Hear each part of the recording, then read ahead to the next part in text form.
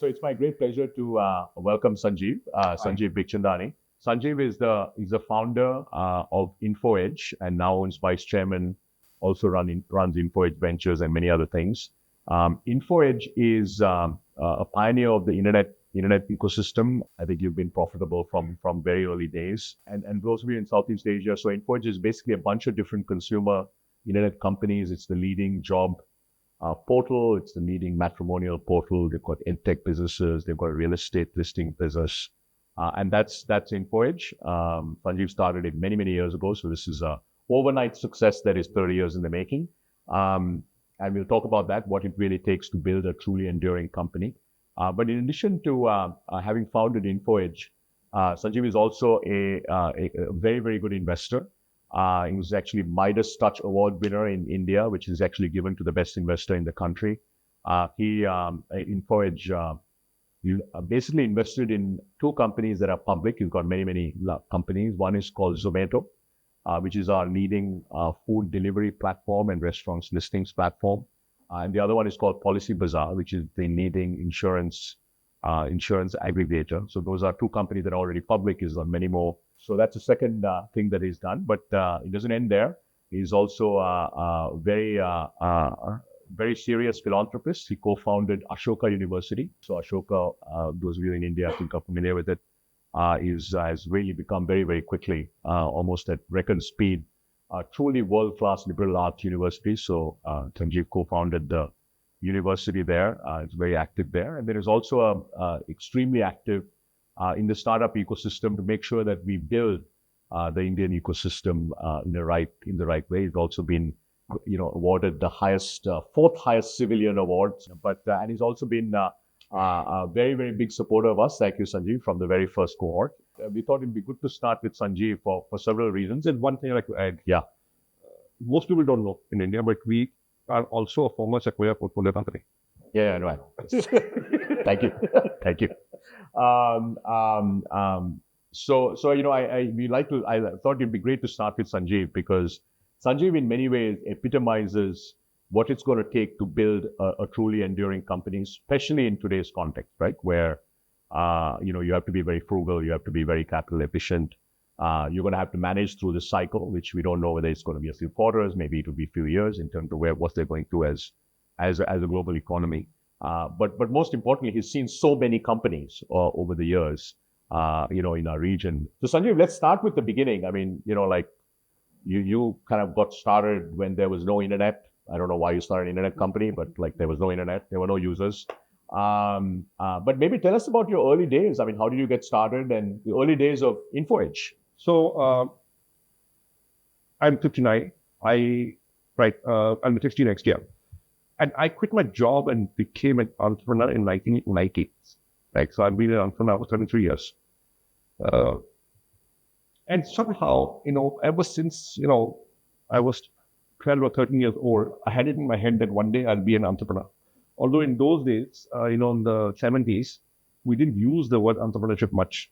You said, I'll start a business one day. Right? One going into business, as opposed to going for a salary job. Right? Now, I grew up in a family. My father was a doctor in the government. My mother was a homemaker. There was nobody who had ever been an entrepreneur in my greater family. So we were essentially a government family. And, typically, middle class parents in India would bring up their children to study hard, get into the right colleges, right post-graduation, clear the right entrance exam. So we have an entrance exam mindset. So, we were brought up with clear exams, right? And then take up a good job.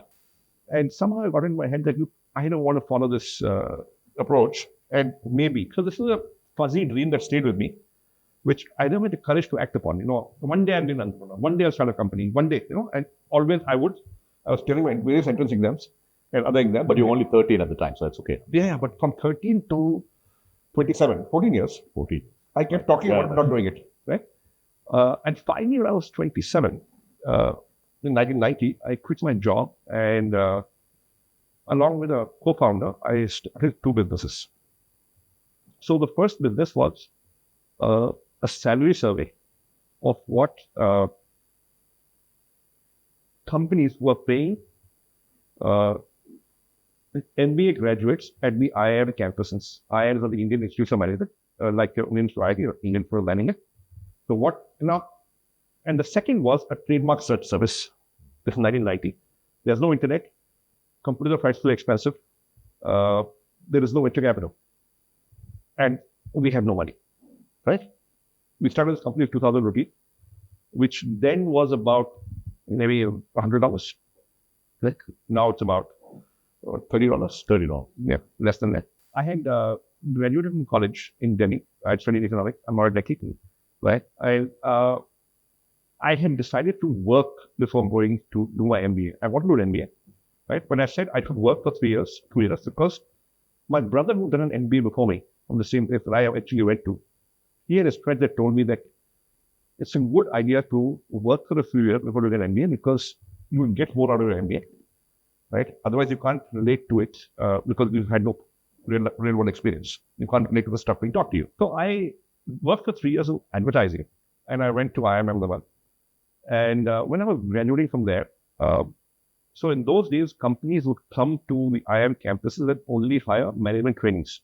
If you had prior work experience, you had to write it off and start from the bottom again. Okay. And I had 3 years of work experience, which I was not prepared to write off. So I went outside of the placement process and scouted for my own job. And I got a job, and I came back to campus with the offer letter in my pocket. And I went to the placement chair. And I said, sir, I'd like to drop out a placement. The placement's in the Indian Middle. So I'd like to drop out a placement and, I've got a job. And the guy said, okay, sure thing. I hope you haven't violated who placement rule. I said, no, I have not violated any rule. The company I got a job from will not come into the campus. So it's clear. I could approach it. And he said, great. So you're volunteering to help me in placement. And he commanded me. And he said, placement week. Now, placement week was, for those who are not from India, placement week was, when a lot of companies come to campus and, within a week or so, 2 weeks, everybody got a job. It's that kind of fortnight, right? So he said, your job is to be a concierge. When the recruitment teams of companies come, you have to be at the gate. When they're coming from the airport, you have to be at the gate, receive them, escort them to the interview rooms, make sure tea, coffee, biscuits are being served. People who applied, the students who applied for this company are scheduled on time, they're turning up, right? And you take them for lunch, the team for lunch, which is the best part actually, because it's not in the students' mess, you're getting better food, right? Which was the attraction to me. And then in the afternoon, further interviews, tea, coffee, biscuit. At 4 p.m., they'll wrap up for the day. They take to the placement office, they'll give the list of students they're making an offer to, and so on, and then go away. Now, as luck would have it, so day one of placement, the most preferred companies come on day one and so on because it's done by students voting. So in 1989, this is prior to economic revolution in India, when there were no consulting companies, there were no VC firms, there were no hedge funds, there were no investment banks. So what happens when you get a job is you throw a party. The guys who got jobs through parties, I had already got my job, I'd been placed, so I was very objective. So I was moving from party to party, sampling. As I turned over the town hall, it's quite happy. And I'm watching the proceedings, but there was utter chaos. But from this, I got my first product idea. If somebody would do a salary survey of what companies are paying fresh MBAs on CAD, then the product would sell. There would be demand for it. I had seen the customers. And that's what we did, another first summit. The next year, I went back to campus, I looked at all the placement notices in the library, noted them down, and we produced a salary survey. We mailed out, and we got checks in advance. And so that's how we built our first product. And we mailed out, and within 3 weeks, we had 23 checks in advance. And we shipped out the report. We mailed out again. So we were selling a product at 93% margin, 100% advance, negative working capital. And we did a hot button. And we did hot button because I saw those guys fight for talent. So I knew this thing would sell. Right. Second product. So we had this money sloshing around in the bank, right? So now placements is seasonal, right? It happens once a year. So we got this money and we were idle. We bought a second-hand computer, we had got some second-hand furniture, and We were operating on a 7-quarter above the garage in my father's house. So my co-founder then, he's no longer, we went separate ways in 93, so we're not together anymore. His uncle has been an intellectual property attorney. He passed away now, but he was there. And Kapil Verma was my co-founder's name. And she had done a summer internship at his firm. He said, look, so the thing is that there's something called Trademarks Act. It is administered by a trademarks registry in India. Now, if you get your trademark, which is a brand name, registered with the trademark registry, we get exclusive rights to use that trademark for that product category within India. So it makes a lot of sense for companies to get their trademark registered, right? So the problem with India was that it took 5 years after you apply to the trademark registry to get your registration done. So companies, when they are launching new products, can't wait 5 years. They want to launch, say, a year, 2 years, 6 months, whatever. Now, one of the reasons why your trademark registration application will be rejected was because there was already an identical or similar trademark. It can be applied for or registered before you. First come, first serve, simple rule. So, in order to figure out whether this trademark is likely to get approved or not, companies would hire trademark lawyers to go and search the record that was available for public inspection of registered and pending trademark at the trademark registry office in Fort in Bombay. And these lawyers will come back with a search report, a written type report, which said that, okay, so this trademark, they are the following 24 things which could be construed. They're not identical, but they might be construed as somewhat deceptively similar, all that, right? So you take your chances. You at least do a level right, right? So Kapil was sent, my uncle, to Bombay to do three trademark searches. Searches of 3 trademarks, right? And Kapil came back and he said, man, this is crazy. The system is broken. So I said, how so? He said, look, the trademark registry library is in a shambles. So first of all, there are 600 registered and pending trademarks in India, Delhi, like nearly like that. These 600,000 are divided across 32 categories. The single largest category is class 5, which is pharmaceuticals, which is about 80,000 trademarks. The maximum chance of a conflict is in pharmaceuticals. Now he says, it's impossible. He says that there is, the record is not in alphabetical order in index card or registers. It's in files in reverse chronological order of date of application with 2 pages to an application. So if you want to do a pharmaceutical trademark search, you got 160 on that. For this, the extremely low-tech junior lawyer who's doing this at the front is paid 150 rupees. There is no way it's going to be reliable. And companies are unaware of the situation. And they're going to spend crores of rupees to promote a brand. And after 5 years, they could be told, I'm sorry, your application, they can please change your brand name. So if you are somehow able to contact just the pharmaceutical record, just the pharmaceutical files, right? And we sell searches on it, on a computer, we will make money. So that was idea number 2, digitize the. Yeah. Now, the point I want to make, nowadays we have jargon, product market fit. Yeah, right. Yeah. Well, tell us about that product market fit. Yeah. So this is product market fit. Here's the first point I want to make. That successful companies are built on deep customer insight. Or very often. Deep customer insights about what? About some unsatisfied need, some unsolved problem. The market, the customer gives you a cue that this will work. I will buy this. For the life of me, it could never occur to be ultra niche product like trademark search service only in pharmaceuticals, only computerized, send in students to transcribe it. Even like hell. We're far of it. But Kapil had that insight because he'd gone and done the search himself and he felt the pain. Product market fit, it is based on a customer insight of unsolved problem. You typically get it faster. And how do you know you don't have product market fit? Because today, you can raise capital. Everybody's raised some capital. You could theoretically spend money on marketing, or you can hire salespeople, try to go sell it, and maybe you get some early success. So how do you, because you looked at, you built so many companies, you invested in so many companies. How do you figure out, like, is it real? So look, the problem about investing at idea stage is that there are lots and lots of assumptions that the customer will want this. No, the customer want it. You're assuming. You have a couple of young MBAs on this side doing the investing.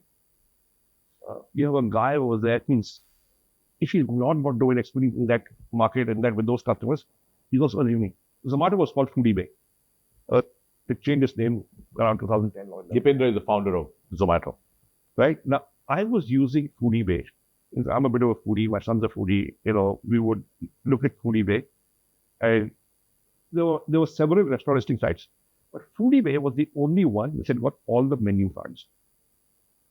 Everybody had reviews, everybody had pictures, address, all of that.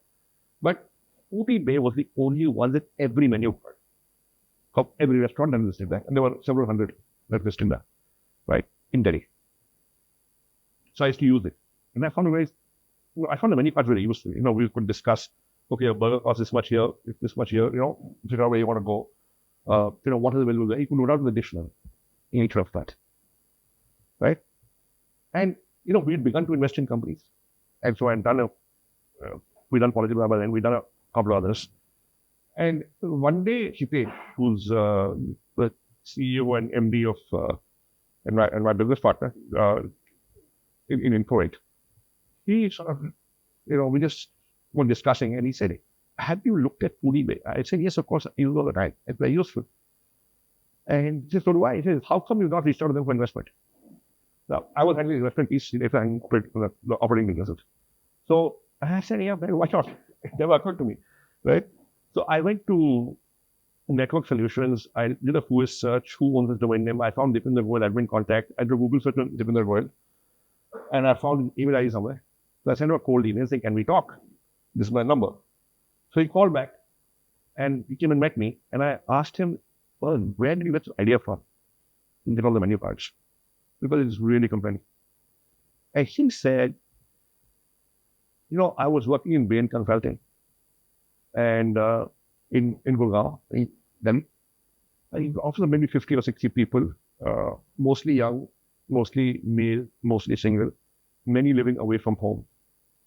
What this meant was they would not bring lunch from home to office. Consulting hours were long, so typically you ended up having lunch and dinner in office. And he said to make lunch, often at the cafeteria, they do not serve food, but you could bring your own food and have it. So to make life easy for all the employee, what the admin team had done was they gone and selected the menu cards, the delivery menu cards of maybe 70 or 80 restaurants that would deliver to that location. And they would kept them in two file folders in the cafeteria. And people said, man, it's a huge pain. It was a huge pain. At 1 p.m., if you want to go down, go to the cafeteria, you stand in line to access your file folders because everybody coming at 1 o'clock. Right? Then you wait for about 30 seconds because the next guy wants it. You quickly decide what you want to eat. And then you call a restaurant and you come back after 1 hour with the delivery cups. And you leave the money with the guy that, please pay for this. And he says, I got deadlines to meet. I'm hungry. My boss is on my head, all those things. So it's a huge thing.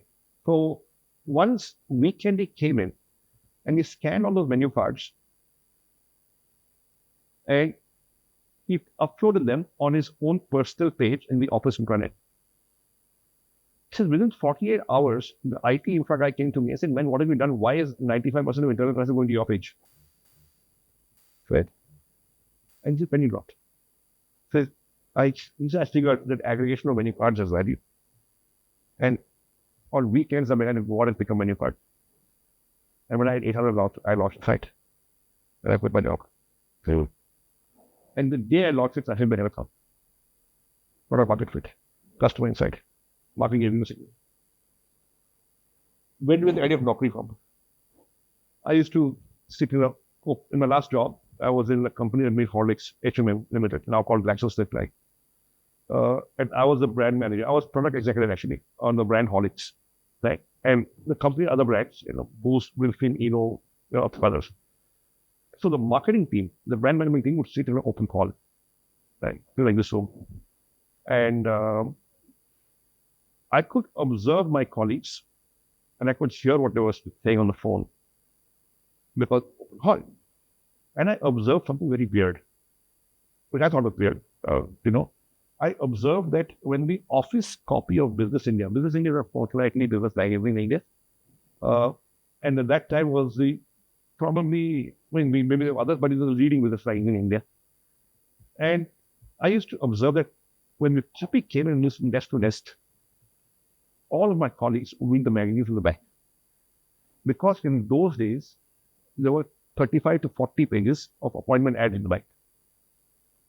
And many of them just read the appointment ads and pass on the back, not read the article. Right? And I found this weird behavior. I said, this is strange. I saw people read magazines for the editorial. Right? And I realized that job ads are a high interest category of information. And these are people who are happy in their jobs. If you wanted Delhi, if you wanted FMCG, if you wanted MNC, if you wanted marketing, not sales, there were just two companies in 1999, H&M and Nestle. And they would not hire each other. You were in the best job you could be. But they still look for a job. They would look at a job. At a job. And then discuss. So people are always benchmarking, comparing, am I doing okay? What are my batchmates doing? What are salaries? Which company? What, where? So it's a high interest category of information. The second thing I noticed was that every week, 2 or 3 different headhunters would follow up and try and headhunt one or the other of my colleagues. Because 10, 12 people in one place, all from the IIMs, in FMCG, MNC, marketing, good talent would headhunt from. And I could hear the conversation. And I realized that every time is a different headhunter. There's a different job in a different company, and these jobs are not advertised. Well, which means that what appears in print was the tip of the iceberg. There were hundreds of inventors working with thousands of companies with tens of thousands of jobs that are advertised, and jobs are high interest category of information.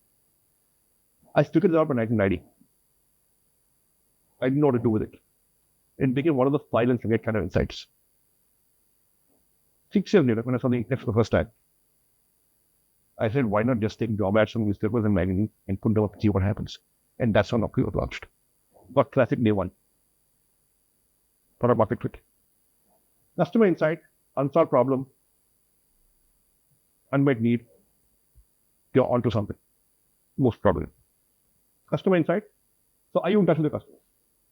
Are you making sales calls? And we know what problem you're from. I think that's the key to our market. Got it. So let's build on that. So Sanjeev, you raised $1.7 million. That's all you raised in venture capital. And when they went public, they had 1.2 million of that in the bank. Right? Is that right? No. Oh, we had used 1.2 million. 1.2 million. Yeah. So you had 500K in the bank. But one of the things you talk about is the best form of funding is your customers' money. And you've talked about all these examples of customers sending you. But talk to us a little bit about what does that mean and why is it important and how you think about that? So, and also capital efficiency, right?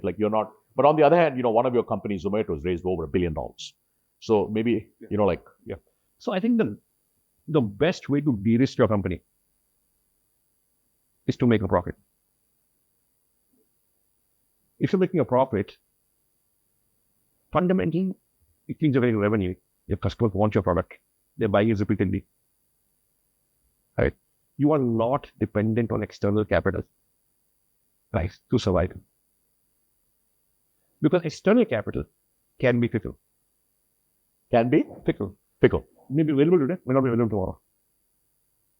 Now, if it's not available tomorrow, and you build up high cost structures on bad unit economics, right, you will not know what to do. Right? It'll be traumatic. And what is of course say, it's very easy to sit outside and say, hey, shut the company. But it's really legally hard to shut a company in India. It is personally, emotionally traumatic for a founder to sack a person. And for a founder to sack during a downturn, it's even more traumatic for the founder. The hardest thing I've ever done in my life is sack people. And therefore I don't do it. Because you have never restructured Info in 30 years. Never, right? No. That's amazing. And you're in a business that is quite cyclical, meaning when the economy turns, doesn't your revenue come down a bit? So let me explain to you. So in the year 2000, we raised $1.7 million. We raised the April 2000, market tanked almost immediately. Right? There was no hope of the next round. We put the money in fixed deposit, tore up the business plan, and said, now what? So we had bootstrapped for 10 years. In those 10 years, for 6 years, I hadn't taken the salary on and off, roughly. So we knew the value of money. We knew we've got lucky in the sense that we've got the money, we've got a bubble valuation, and the meant not happen almost immediately, which is even luckier. We didn't have time to spend the money for it next. So we just put it in fixed deposit and said, now what? This is the only money we'll ever get. Let's do it all in this. We know we won't get it. Now, when a meltdown happens, typically the believers are in denial from survivors. Janta was saying then, it's okay, it's a technical correction, we'll come back. It took 6 to 9 months for the market to understand that this is going to be a long downturn. But we knew day one. We knew day one that, listen, because we had never believed in this anyway. People were valuing eyeballs, and we were doing 300,000 rupees a month revenue, and we had got a 44 crore pre-money valuation. And I'm saying, man, this is unreal. When you're getting money, take it. Right? This is the market. We took the money. But we weren't going to spend it foolishly. The smartest thing you can do is not spend your money foolishly. Today. Those of us who got it. All of us have got it right now. Right? Spend it very carefully. Right? Make sure you're reaching the place you want to reach with the money you have. Right? Now, if the place you want to reach is a place where you're not yet making a profit, and essentially some operating metrics have improved, then you better be sure you're getting an next round. However, ideally, if you can get to profit, it's right after. Now, it may be a tall order with the kind of money you've got today in this environment to get to profit, because $1.7 million meant something else in the year 2000. It means something else today. Right. Right. They're much more expensive times. They're much more competition. So you've got to make your money go as far as possible. And you've got to be in a place where either you don't need more money, or you've got to figure out where it's going to come from. The single biggest risk, according to me, for startups today that have raised money is needing the next round badly and not getting it. One of the things we look for when we go into a company is it showing evidence of what I call natural interaction? Which means you're getting traffic, you're getting app downloads, you're getting usage without having to spend money on advertising. And that's increasing without spending money. If you have that, it means that when you spend money, you get even more traffic. Yeah. Hopefully, you are selling something that's free and getting some revenue. Or you have a good idea of how you do it. By the way, 3 out of the top 5 most valuable public tech companies are one you built, one you did at pre-idea stage, and one you did at seed. That's pretty good. Well, no, we got lucky. Yeah. Wow.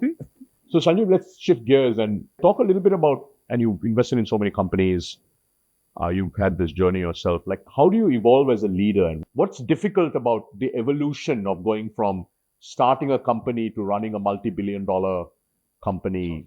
When I started running lots, roughly I was 34. When we raised venture capital, I was 37. Right. So I had 15 or 16 years work experience. Right. I had been in jobs which involved people very much. Right.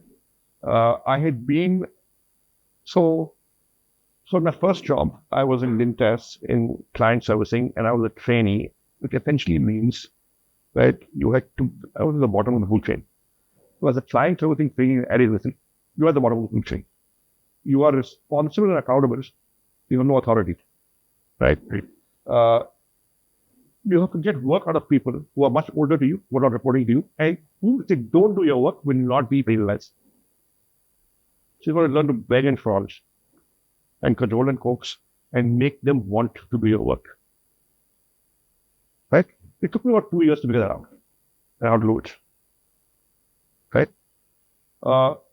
So once I did that, I became much better at people than I was when I started the job. So I think people management is key. Right? And if you're able to get people who want to work with you and for you, I think that's half the battle won. Because, most of your original team, almost all of them have stayed with you. Like how what's up with that? Because, Indian startups at least have this revolving door. I think the average tenure of a CXO is like 8 months. We believe in people, we believe in relationships. Yeah, so talk a little bit about that, like some practical things that our founders could do. And you got to listen a lot, yeah. You got to go the extra mile. You got to share the wealth and the credit. So I must have, if I take out the IPO dilution, the follow-on dilution, the venture funding dilution. If I go back to the original company and the cap table, without these dilutions, I must have given away 35% of the company to people who made things happen. That's amazing, right? I was a solo founder. I mean, I gave other people co-founder, but I had taken the full risk, the financial risk when we launched it. It was my idea also. So I gave 7% the founding CTO who was working part-time from his house because of the other stuff.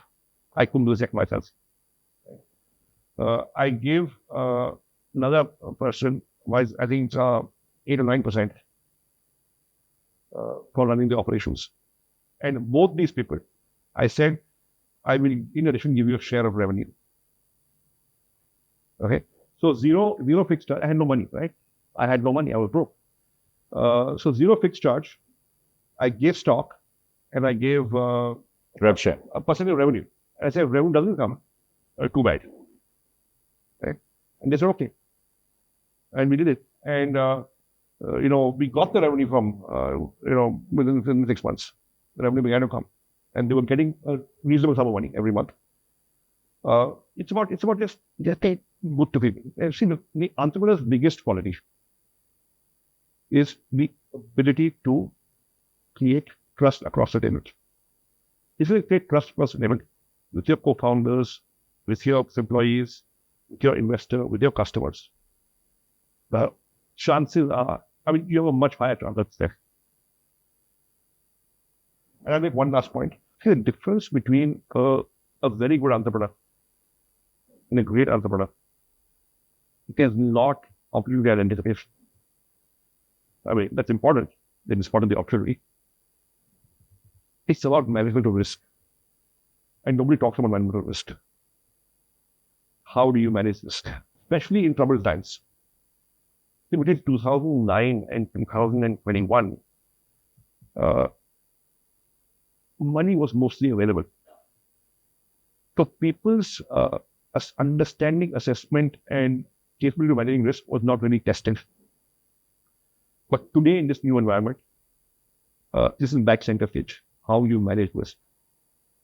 Now, risk could be risk on your money, risk could be risk on next round, risk could be whatever. COVID happened. How do you deal with it? Ukraine happened. How do you deal with it? That's where they're back. So, we are in riskier times than we were 5 years ago. So, how you manage risk is going to win it. And any thoughts on how you manage next level on managing risk? So, what we have done is talk a little bit about number one, we have kept excess cash with us. Cash. See, we make money. We don't distribute large dividends. We invest in companies, but we don't invest more than 250 crores a year. So cash availability. So profitable business generating cash is a great hedge against risk. Because if you have cash, you can put money in. Not spending money foolishly is a good idea. Not spending money foolishly. So undercommit, over-deliver. Undercommit, over, very important. You talk a lot about corporate governance. By the way, InfoEdge is gold standard for corporate governance in India, at least in the tech ecosystem, internet ecosystem, startup ecosystem. Talk a little bit about your views on corporate governance and also touch on this. You talk a lot about trust. What does it take to really build trust? So trust is something that's, look, by now, and the age and experience you have, you are either already trustworthy or you're not. Right? And it's going to be hard to change. If you're fundamentally not a trustworthy person, you have a problem. But the first aspect of building trust is you've got to be conscious of what it takes to build trust. Become sensitive to it, then, right? Trust is about, I think, consistently meaning what you say and saying what you mean and then doing it with whoever. Trust is about understanding the other person's sort of point of view and then responding to it appropriately. It's what else it is. Right? Trust is about honesty. So when you talk about corporate governance, I think corporate governance actually begins and ends in the founder's head. Everything else that is done to support that. But if fundamentally it does not exist in the founder's head, then no amount of external support can fix it. Because we have seen in the past, in listed companies and unlisted companies, that no matter how many independent directors you put in, no matter auditor, internal auditor, shareholder agreement, if some guy is, you're not in the company 24/7 as an investor. An independent CFO. Right? But I'll tell you one thing. In the final analysis, your only asset is your reputation. And everything depends on that. If your reputation goes, then I think so this becomes very, very difficult. So I'll give you an example, if over the years you build a reputation of good governance, you will get a higher valuation also. So I'll give you an example. So I was invited by Deep Kalra, the founder of MakeMyTrip. It's the largest OTA for those of you in Southeast Asia, or online travel. Right? It's up to 2004 or 5 to join his board as independent. And I spoke to my board and they said, good idea. You learn something maybe. And I said, after talking to Ambarish, who was our CFO there, and Hitesh, I said, Nico, I'm going to get an ESOP as an independent. What I'll do is I'll transfer the ESOP to InfoEdge to make sure all shareholder interests are aligned. So when I'm taking the time away from here to put it there, the shareholders of InfoEdge also benefit. Okay? Now, this was a sort of a handshake understanding. You can't really transfer ESOP to a company, right? ESOP is mine.